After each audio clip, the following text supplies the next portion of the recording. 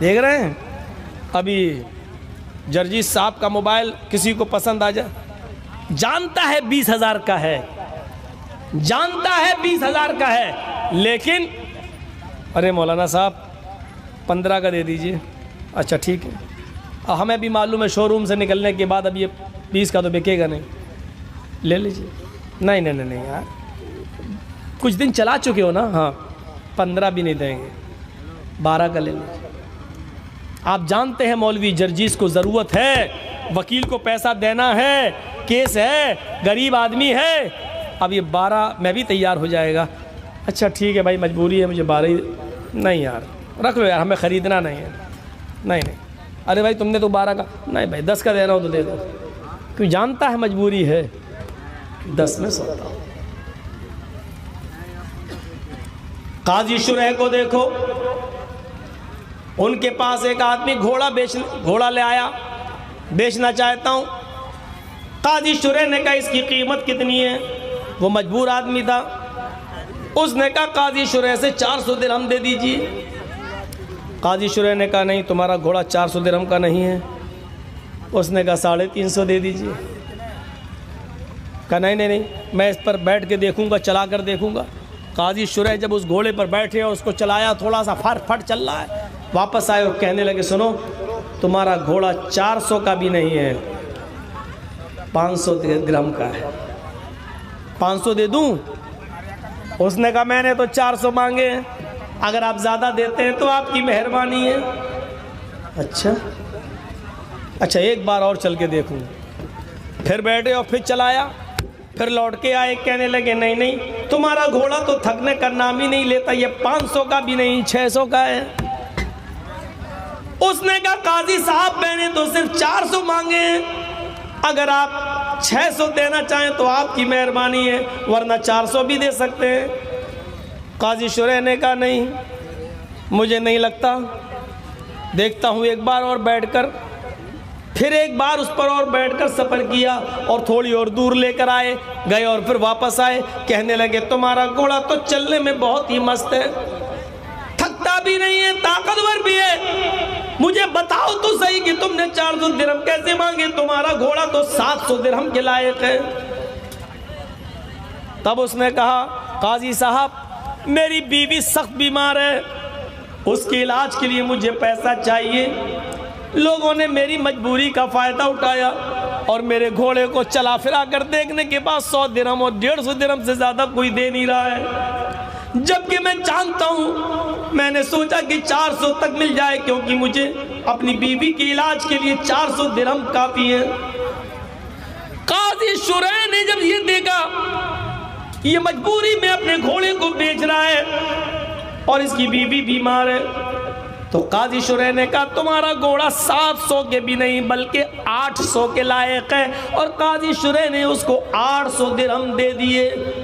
800 दिरहम। मेरे भाइयों, हम में और उनमें फ़र्क इतना था, हम लोगों की मजबूरी देखकर उसका खून चूसते हैं, और उस ज़माने में लोग मजबूरी का फ़ायदा नहीं उठाते थे, उसकी मजबूरी समझकर उसकी ऊपर से और मदद कर दिया करते थे। ले तूने 400 मांगे, 800 ले, ताकि तुम हमारे बराबर खड़े हो सको और हमारी सफ में आ सको। मेरे भाइयों, ये वो लोग हैं वल तंजुर नफ्सुम्मा क़द्दमत लिगद, वल तंजुर नफ्सुम्मा क़द्दमत लिगद, जो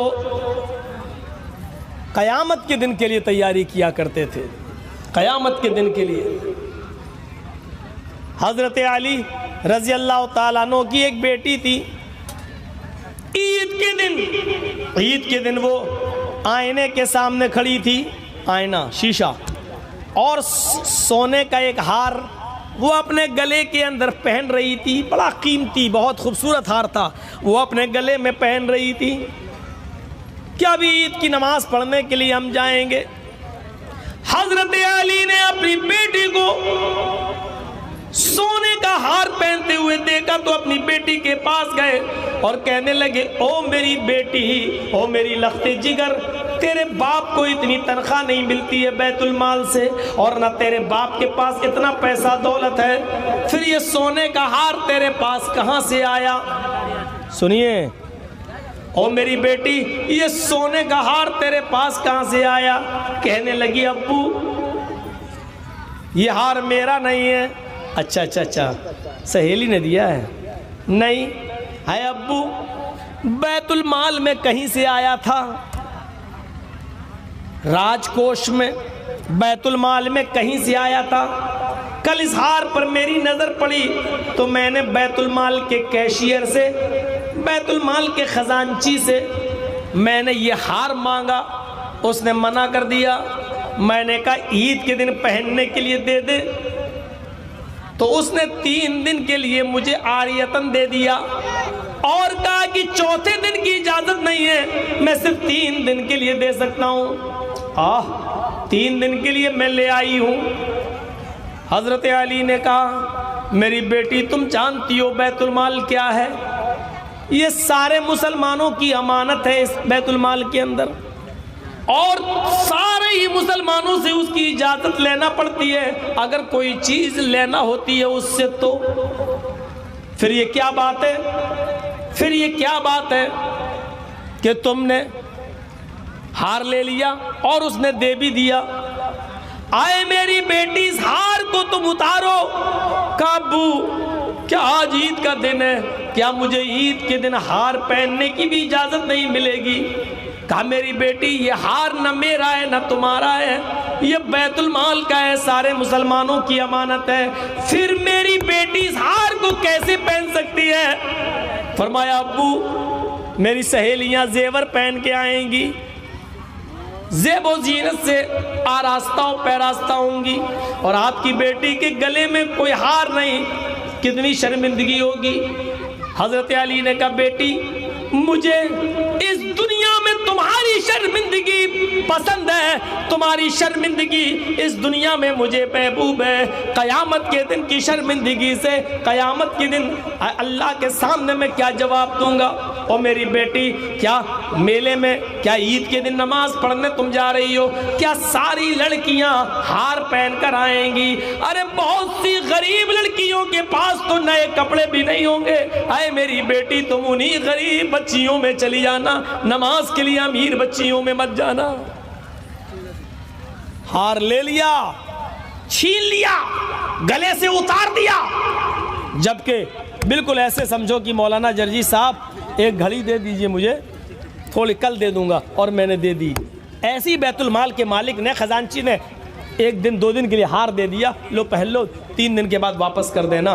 कोई बुराई नहीं थी इसमें, हार दे दिया 3 दिन के बाद वापस, कोई बुराई नहीं थी। लेकिन हजरत अली ने वो हार अपनी बेटी के गले से उतार दिया और लेकर गए, बैतुल माल पहुंचे, बैतुल माल के कैशियर को उठाया, ये हार किसका है? कहने लगा कि बैतुल माल का। कहां गया था? आपकी बेटी को मैंने आरियतन दिया था 3 दिन के लिए। किसकी इजाजत से?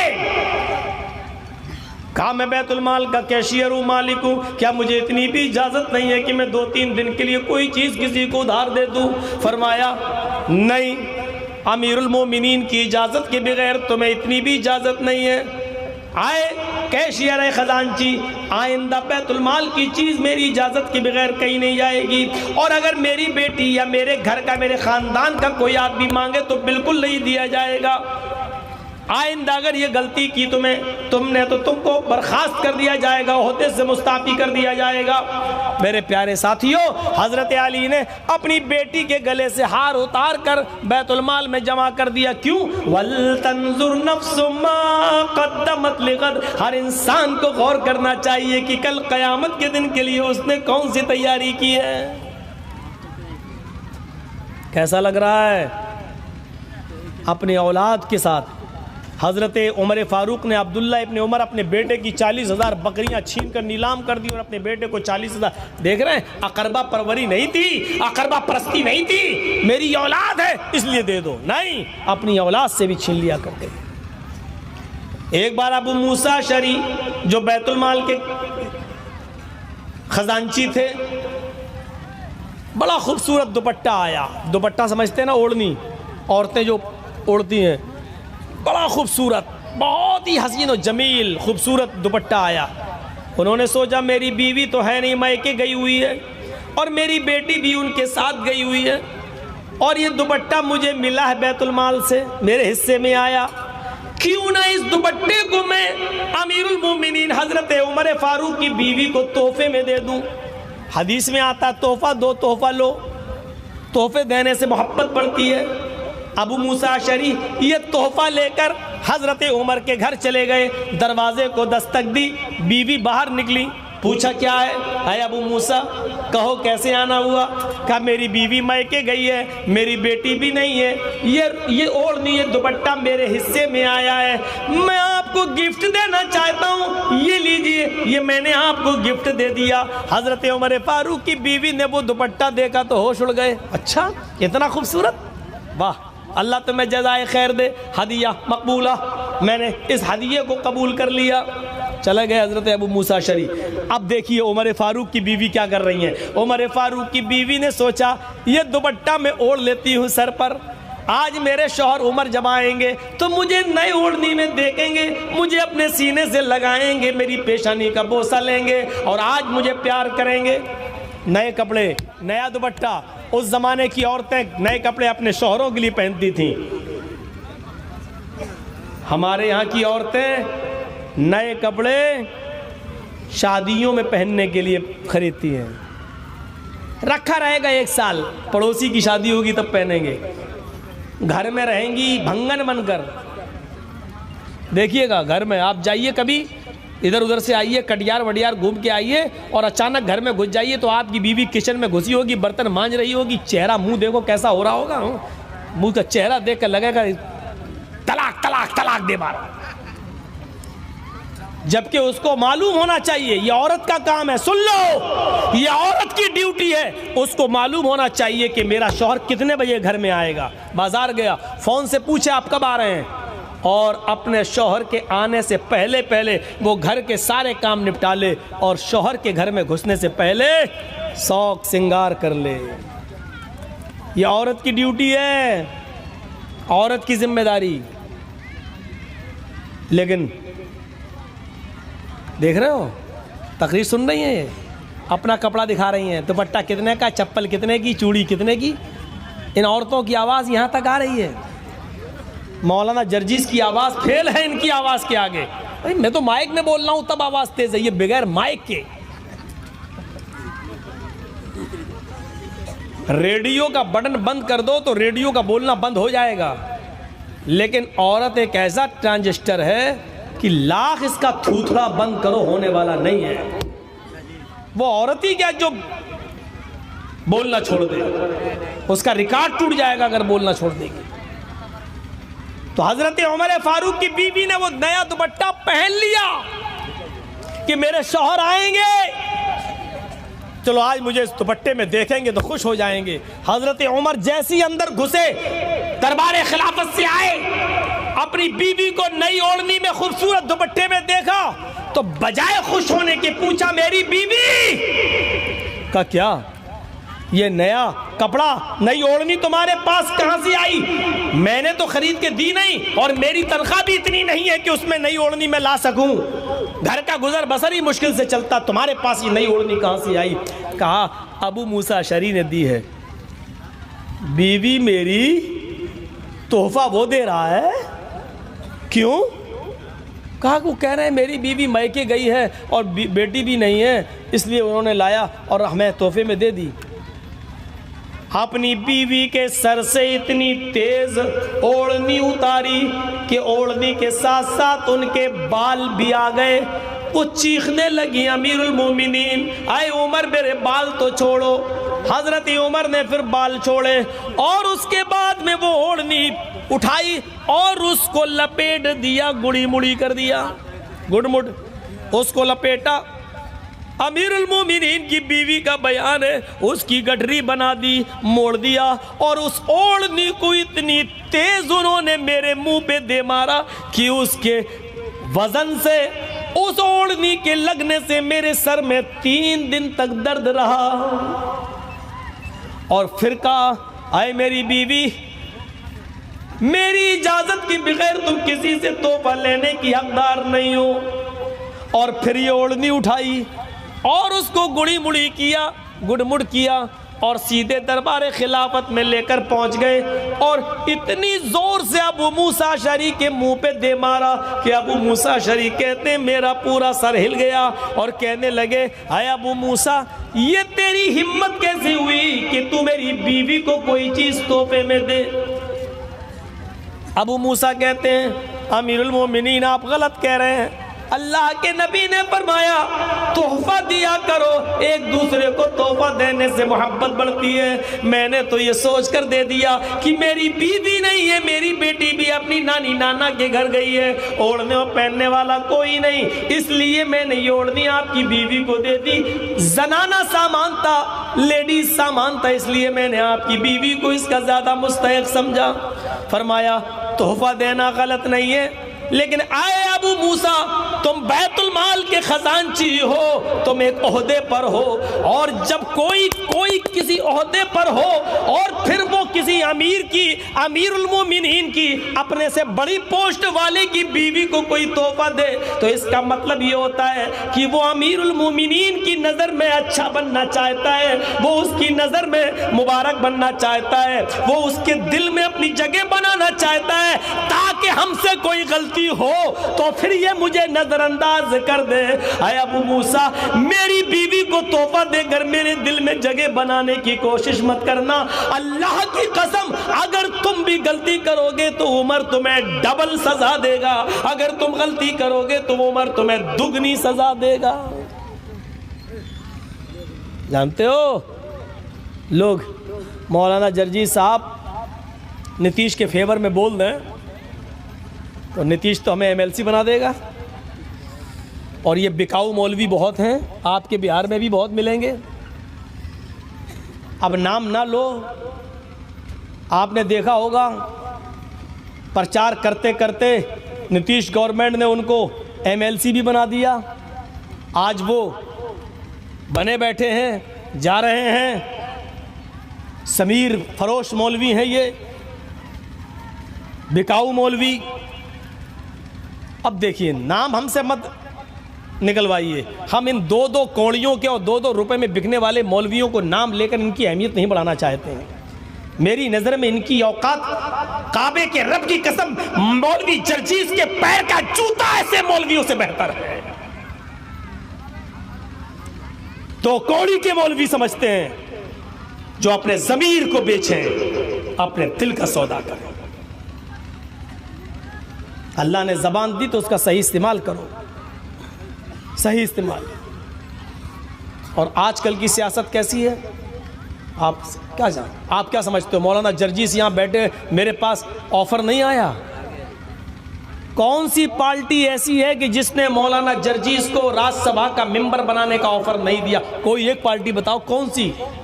समाजवादी पार्टी ने दिया, मायावती ने दिया, राहुल ने दिया, और तो और आज की मौजूदा दौर की उठी हुई सूरज, चढ़ते हुए सूरज वाली पार्टी जिसको बीजेपी कहते, इसकी तरफ से भी ऑफर आया।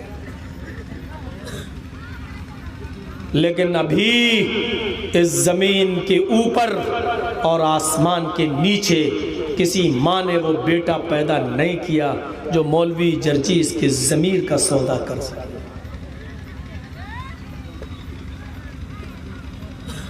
मेरे भाइयों सुनो, क्या कहा अबू मूसा, आइंदा मेरी बीवी को कोई ओहदा देने की, कोई तोहफा देने की कोशिश मत करना। ये सब क्यों? वल तंजुर नफ्सु मा कद्दमत लिगद, कल कयामत के दिन के लिए तुमने कौन सी तैयारी कर रखी है।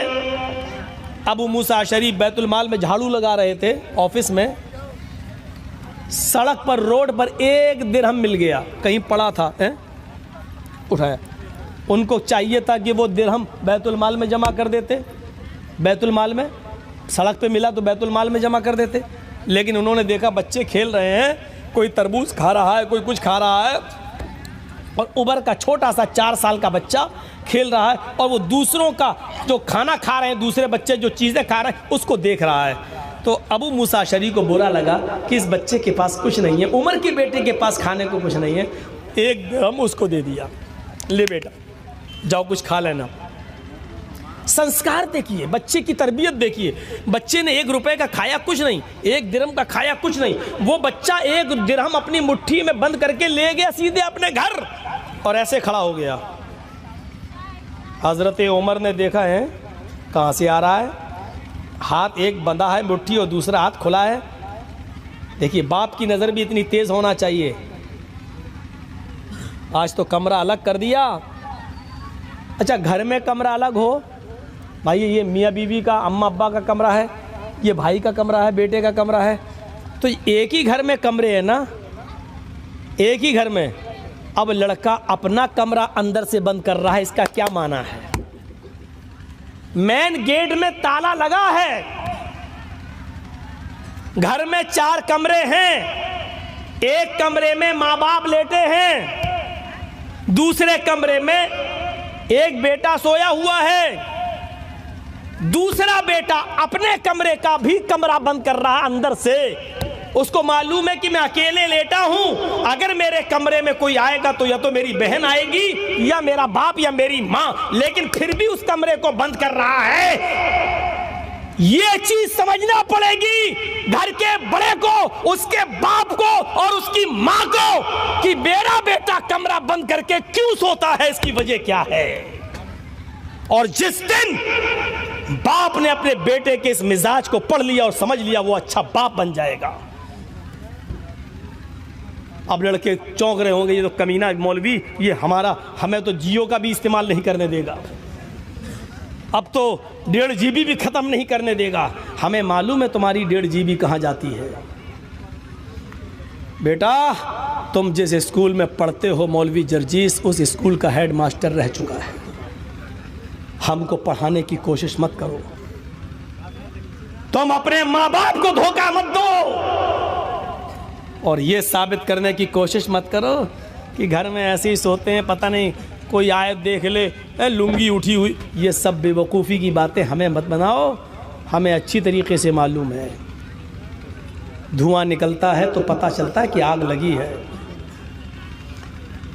हजरत उमर ने अपने बेटे को एक हाथ में अंगूठे में मुट्ठी में बंद देखा और दूसरा हाथ खुला हुआ तो समझ गए, बेटे उसमें क्या है, हाथ खोलो। 1 दिरहम, कितना? 1। और सुनिए मेरे भाइयों, 1 दिरहम कितना होगा? 1 दिरहम, अरे 1 रुपया समझ लो, 1 रुपया। हजरत उमर ने उसका भी हिसाब ले लिया। कहाँ से आया? का अबू मूसा अशरी ने दिया है। अच्छा, और तुम लेके चले आए? का अब्बू उन्होंने मेरे हाथ में पकड़ा दिया, मैं लेके आया। अपने बेटे के हाथ से वो दिरहम छीना, 1 रुपया, और 1 मील दूर गए, 1 मील पैदल, और अबू मूसा अशरी को बैतुल माल से निकाला, वो दिरहम उनके सर पे दे मारा। क्या है ये? कहा कि 1 दिरहम। क्यों? का बाहर सड़क पे पड़ा हुआ था, ऐलान क्या करता, किसी के आने का इंतजार क्या करता। सारे बच्चे कुछ कुछ चीज़ें खा रहे थे सड़क से खरीद कर, दुकान से खरीद कर। आपका बेटा उनकी चीज़ें देख रहा था। मैंने वो 1 दिरहम आपके बच्चे को दे दिया कि वो भी कोई चीज़ लेकर खा लेगा। हजरत उमर का जवाब सुनो, आए अबू मूसा, आए अबू मूसा, क्या जहन्नम में ढकेलने के लिए और आखिरत बर्बाद करने के लिए, जहन्नम में ढकेलने के लिए और आखिरत हमारी बर्बाद करने के लिए तेरी नज़र सिर्फ उमर के बच्चों पर ही पड़ी थी, उमर के ख़ानदान पर ही पड़ी थी, तुझे कोई और नहीं मिला, तुझे कोई और नहीं मिला, उमर ही मिला। जहन्नम में ढकेलने के लिए और आखिरत बर्बाद करने के लिए तेरी नज़र सिर्फ उमर और उमर के ख़ानदान पर ही पड़ी, उमर के घर पर ही पड़ी। अपने बच्चे को दे देता, मेरे बच्चे को क्यों दिया? वो 1 दिरहम भी बैतुल माल में वापस कर दिया, 1 रुपया भी बैतुल माल में वापस कर दिया। मेरे भाइयों, ये उमर है, 1 दिरहम भी नहीं। और फिर भी कह रहे हैं अगर हिसाब व किताब हो क़यामत के दिन, आए अल्लाह, अगर मुझे बराबर बराबर भी भी छोड़ दिया जाए, यानी मेरी नेकियां और मेरे गुनाह दोनों बराबर हो, न मुझे जन्नत दी जाए न मुझे जहन्नम, तब भी मैं खुश हूँ, तब भी मैं राजी हूँ। ऐसी शख्सियत ये कह रही है कि ऐ अल्लाह मुझे बराबर बराबर छोड़ दिया जाए, यानी न मुझे जन्नत में भेजा जाए न मुझे जहन्नम में डाला जाए, तब भी मैं राजी हूँ। मेरे भाइयों सोचो, जब उमर जिसने एक दिरहम भी अपने बेटे को खाने न दिया हो और वो दिरहम भी बैतुल माल में वापस कर दिया हो, ऐसा शख्स ये कहे कि ऐ अल्लाह मुझे बराबर बराबर छोड़ दे, मेरे लिए बेहतर होगा। हम और आप सोचें कि हम कहाँ किस तरफ जा रहे हैं, किस तरफ। रात में जब 2 बजे टाइम दोगे तो सुनने वालों की यही कंडीशन होगी। हमसे तो ज़्यादा सुनने वाले 9 बजे थे और 10 बजे थे, उन मौलवियों को सुनने वाले, ये मौलवी जर्जीस को सुनने वाले हैं ये। और आप कहते हो कि